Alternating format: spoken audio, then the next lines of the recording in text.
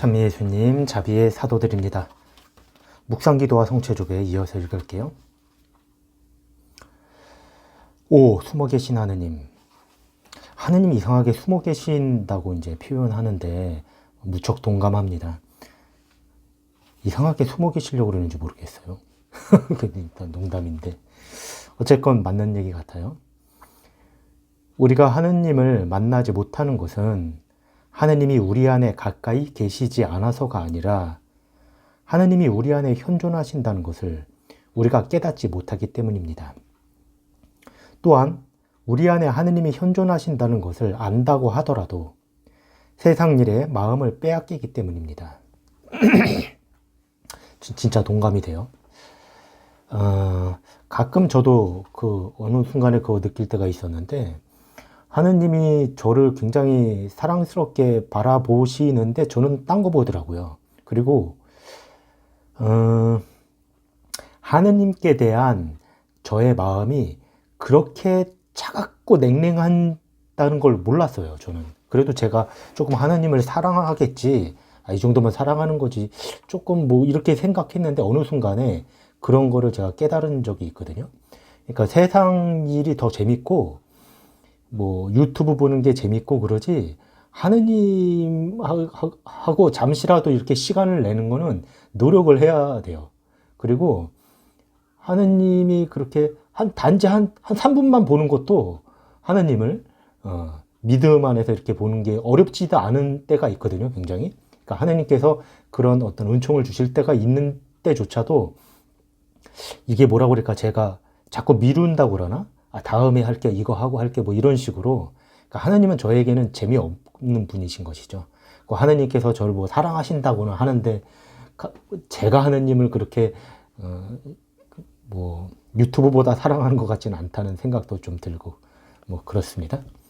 어쨌건 둘 중에 하나라는 거죠. 깨닫지 못하기 때문이든지 깨닫더라도 세상 일에 마음을 빼앗기기 때문입니다. 동감이 돼요. 그래서 이제 십자가 요한 성인께서 왜 날아오르는 새 비유 있잖아요. 새가 날아오르지 못하게 하는 건 다리에 실 하나만 묶어도 된다. 그러니까 무슨 쇠로 묶을 필요도 없다는 것이죠. 우리가 하느님께로 날아오르는데 방해하는 것은 아주 작은 어떤 세상의 집착 하나만 있어도 사실은 그렇게 쉽지 않다는 것입니다. 마음을 우리 안으로 거두어 들이지 않는다면 하느님을 발견할 수 없습니다. 이게 마음을 거두어 들인다는 것은 뭘 의미하냐 하면요.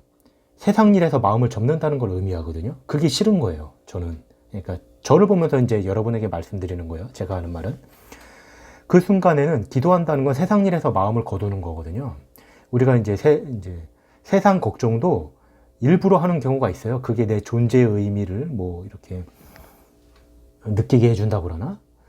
그런 게 있는데 어쨌건 세상 일에서 마음을 거두어야 이제 기도가 되기 시작하는 것인데 우리가 이제 성당에 가도 바로 앉아서 기도 안 되잖아요. 딴 생각 들고 딴 생각 기도하려고 그러니까 싫으니까 주머니에서 핸드폰 괜히 꺼내서 아까 봤던 건데 또 보게 되고 계속 보는 거 있잖아요. 그건 뭐냐면 세상 일에 계속 마음이 있는 거거든요. 그런 마음에서는 하느님이 와도 만나기가 쉽지 않죠. 당연히. 그래서 이제 그게 싫은 거예요. 세상 일에서 마음을 거둔다는 것이. 하느님은 우리 안에 숨어 계십니다. 숨어 계신 하느님을 만나기 위해서는 우리도 하느님과 함께 숨어야 합니다. 이렇게 시적으로 표현하셨어요. 뭐 성경 말씀대로도 표현하신 거고요. 골방에 들어가서 기도하라는 것이 세상 일에서 좀 숨을 필요가 있다. 어떤 세상 일을 잠시 거둘 필요가 있다. 그렇지 않으면 미사 시간이 그렇게 지루할 수가 없어요. 이거 다 제 경험입니다. 네. 세상 일에 제가 마음이 있잖아요. 미사 시간이 길고 기도도 재미도 없어요. 그리고 그 분심을 당연히 이제 계속 하고 있는 중인 거고요. 근데 이제 그걸 접었을 때 이제 기도가 되고 하느님을 만나게 되고 어쩔 때는 기도가 편하고 미사도 편한데 중요한 건 조금 힘들더라도 그 접는 것이 다 하고 난 다음에 어떤 그 하느님을 만나고 난 다음에 효과가 분명히 있다. 어떤 마음의 평화라든지 다른 어떤 효과가 있다는 것입니다.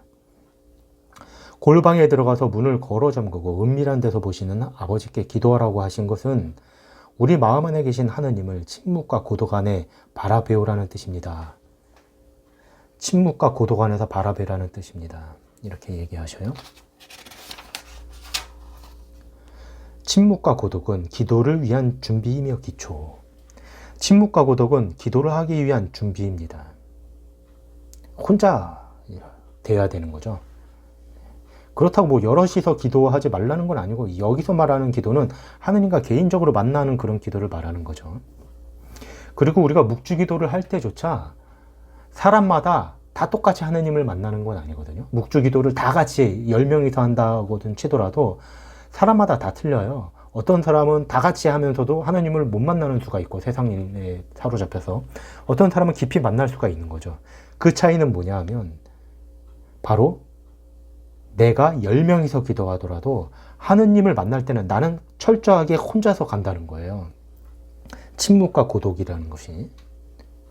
우리가 어떤 사람과 이야기하면서 동시에 다른 사람과 이야기할 수가 없듯이 우리가 하느님과 만나서 대화하기 위해서는 하느님 외에 모든 것으로부터 마음을 떼어내야 합니다. 이건 저도 기도를 하면서 참 동감합니다.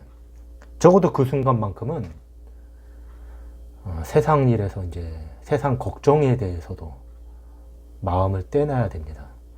너희는 두려워하지 말라, 뭐 이런 말씀이 있잖아요, 예수님께서. 침묵에는 외적 침묵과 내적 침묵이 있습니다. 외적 침묵은 보는 것, 듣는 것 등 우리의 오관을 삼가는 것입니다. 그러니까 이게 유튜브를 보면서 기도하기가 쉽지 않아요. 이게 어느 정도는 되거든요. 불가능한 건 아닌데 점점 유튜브에 빨려 들어갑니다. 점점 하나님을 잊어요. 이제 다 저를 보면서 얘기하는 거예요. 불가능한 건 아니에요. 처음에는 가능해요. 하느님과 함께 볼 수 있습니다. 드라마도 마찬가지죠. 하느님과 함께 볼 수 있어요. 근데 이제 점점 하느님이 잊혀지는 거죠. 그런 걸 얘기하는 걸 겁니다. 오관이 우리가 이제 인간이기 때문에 약하거든요. 계속 들리면 이게 안 돼요. 예를 들어 신문, 텔레비전, 영화나 비디오 또는 잡지 등을 절제하는 것을 말합니다. 그러니까 어떤 외적인 것을 절제하는 게 필요하다. 이게 쉽지 않죠. 인간에게는. 더 아름다운 거 보고 싶고, 아름다운 음악 듣고 싶고, 자극적인 거 보고 싶고, 그런 것이니까. 그런 것이 없을 때 우리는 매우 심심해하는 거죠. 그리고 그런 심심함을 우리는 견딜 수가 없어 합니다. 이거 다 저보고 얘기하는 거예요. 근데 이 저 안에 있는 모습이 우리 모두 안에 있는 모습이라고 제가 믿기 때문에 얘기하는 것이죠.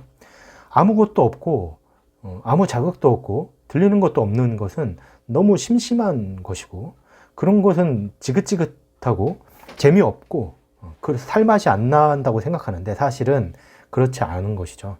그 안에 하느님을 만날 수 있는 침묵이 있다는 것이에요. 내적 침묵은 마음의 겸손과 온유함을 가지고 모욕을 잘 참아받고 극기하며 우리 마음 속에 있는 온갖 탐욕과 분노, 욕심, 미워하는 마음 등을 끊어버리고 비우는 것을 말합니다.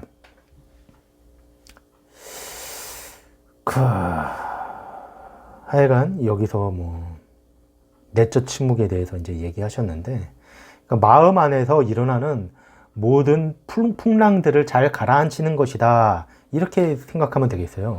그것을 곧 잠심이라고도 하는 것이죠. 그러니까 호수가 바다가 치면 바람이 불면 막 파도가 일고 막 풍랑이 일잖아요. 그게 우리 마음이라는 거예요. 외부에서 바람이 불면 다른 사람을 미워하고 모욕에 분노하고 탐욕이 일고 명품을 갖고 싶은 마음에 막 그 욕망이 들끓고 야한 생각이 막 들고 다른 사람의 막 이런 것들에 대해서 풍랑이 막 인다는 거예요. 우리 마음의 풍랑이. 그것을 가라앉히면 잠심, 즉 호수 깊은 곳은 고요하잖아요. 지금도 겉에는 얼지만 밑에는 고요하게 물고기들이 살고 있잖아요. 바로 그 잠심을 말하는 거죠. 풍랑을 가라앉히는 것을 말한다.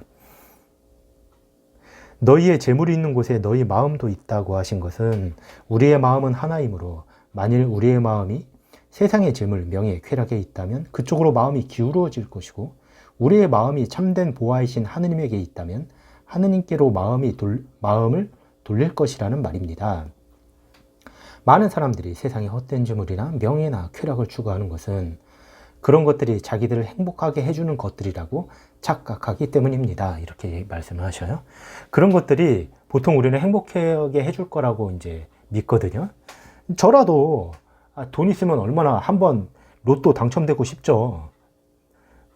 저도 신분 때도 아직 그런 마음이 있거든요. 근데 뭐 지금은 뭐 그런 마음이 많이 없죠. 사실은 돈을 준다고 하더라도 돈을 제가 모으지 말아야겠다는 생각이 있고, 그러고 싶지 않고 그냥 가난하게 살아야겠다 이런 마음이 있기 때문에 그런 마음이 없긴 하지만, 제가 만약에 그것도 제가 노력해서 하는 거거든요. 근데 제가 만약에 결혼했다, 어떻게 그런 마음을 없이 살 수 있겠는가?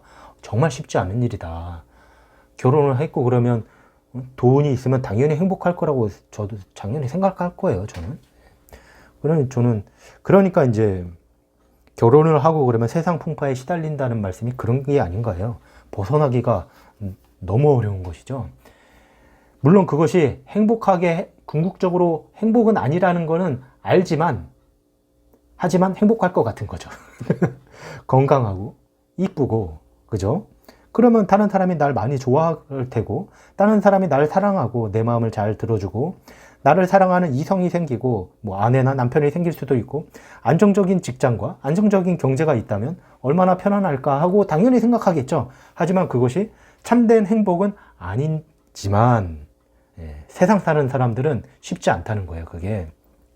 그래서 하느님만을 추구하기 위해서, 참된 행복을 위해서 떠나는 것이 바로 수도 생활인 것이죠. 하느님께 봉헌 생활, 하느님께 모든 걸 봉헌하고 가난하고 모든 그런 것들로부터 벗어나서 참된 행복을 추구하는 생활, 그것이 이제 어떻게 보면 하느님께 더 불림받은 그런 생활을 말하는 거예요.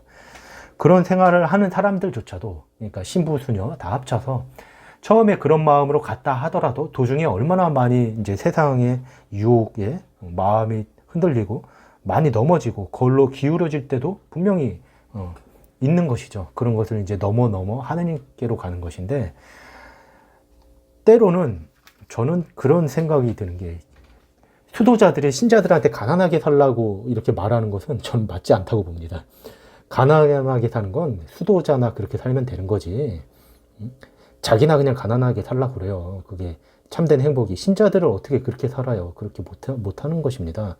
검소하게 살고 하느님께 감사하게 살고 그러면 되는 것이지. 그렇게 따지면 다 수도자가 돼야 되게요? 그렇게는 될 수 없는 것이거든요.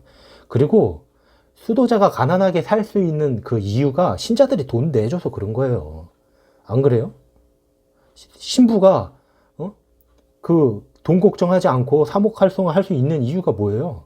신자들이 세상에서 열심히 벌어서 교무금 내주고 헌금 내주고 또는 봉헌하고 수도에 뭐 헌금하고, 그러니까 자기들이 그렇게 살 수 있다는 거 생각하고 감사하게 생각해야지. 신자들한테 우리는 신자들하고 틀리게 돈하고 상관없이 살아요 하고 자랑스럽게 얘기하시는 분이 가끔 제가 눈에 띄는데, 물론 그 자랑스러운 일이지만 그렇게 자기가 돈하고 상관없이 살 수 있게 해준 게 세상 풍파에서 돈을 열심히 번 신자들 덕분이라는 거 생각하고 감사하게 생각하면서 정말 가난을 추구하면서 산다면 그 영적인 선물이 바로 신자들한테 갈 수 있는 거고, 그렇게 해야 되는데, 가끔은 저는 보면 수도자로서의 어떤 긍지를 가지는 건 참 좋아요. 그런데 그렇게 살 수 있는 것도 어떻게 보면 세상 풍파에 얼마나 시달리고 있는 신자들이 있기 때문이라는 거 알아야 됩니다. 신부, 수녀들도. 저도 가끔 알바를 이렇게 해보면 얼마나 쉽지 않아요. 배달 일을 한다고 해봐야 이 한겨울에 오토바이 타는 게 얼마나 추운 줄 아십니까? 그거 얼마나 그 사고 위험해서 본당에서 기도하는 게 위험해요? 오토바이는 정말 크게 다칠 수 있습니다.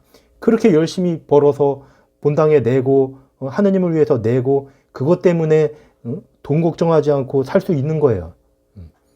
그럼 감사하게 생각하고, 어떻게 보면 본당에서 기도하는 건 행복한 거예요. 본당에서 여러분 겨울에 추워요? 난방기 틀잖아요. 여름에 더워요? 에어컨 틀잖아요. 거기가 위험해요? 차가 다녀요? 그런 거 없잖아요. 그냥 기도만 하면 되는데. 예? 사실은 그런 일을 한다는 것 자체가 자랑스럽다기보다 어떻게 보면 보호받고 있는 거거든요. 예, 보호받고 있다고 생각하고 신자들한테 감사하게 생각하고 하느님, 내가 그냥 마땅하고 옳은 일이다. 내가 기도하는 것이 이렇게 생각하는 것이 맞는 것이지. 아, 나는 신자들하고 틀리게 동국정을 하지 않고 이걸 자랑스럽게 그렇게 만들어준 사람이 신자들이라는 거 알아야 합니다. 그리고 우리도 마찬가지고요. 그래서 각자 맡은 바가 있다. 저는 신자들한테 가난하게 살라고 말하는 거는 옳지 않다고 봅니다. 신자들은 정말 욕심 안 부리고 돈 때문에 뭐 죄 안 짓는 것만 해도 때로는 굉장한 거예요. 그리고 내가 지금 신부라서 그러지, 제가 만약에 신부 안 되고 신자 됐다 봐요. 근데 세상 나가 사는데 눈만 딱 감으면 막 1,000만 원 생겨. 안 한다고 내가 장담할 수 있을까? 집에 여우 같은 마누라와 토끼 같은 자식이 교육도 시켜야 되고 그 가장에 무게가 있는데 과연 안 할까? 저는 그렇게 장담 못할 것 같거든요. 그래서 그냥 뭐든지 감사하게 자기 위치에서 자기에 맞는 것대로 하면 된다고 봅니다. 말하다 보니까 제가 계획 없이 얘기하다 보니까 이 얘기 저 얘기 막 하고 편집 없이 올리다 보니까 이렇게 되는데, 어쨌건 누구를 욕하고 그러는 건 아닙니다. 각자 위치에서 그냥 자기 모양에 맞게 잘 살면 된다. 뭐 이런 얘기인데 말이 길어졌네요. 또 좋은 하루 되세요.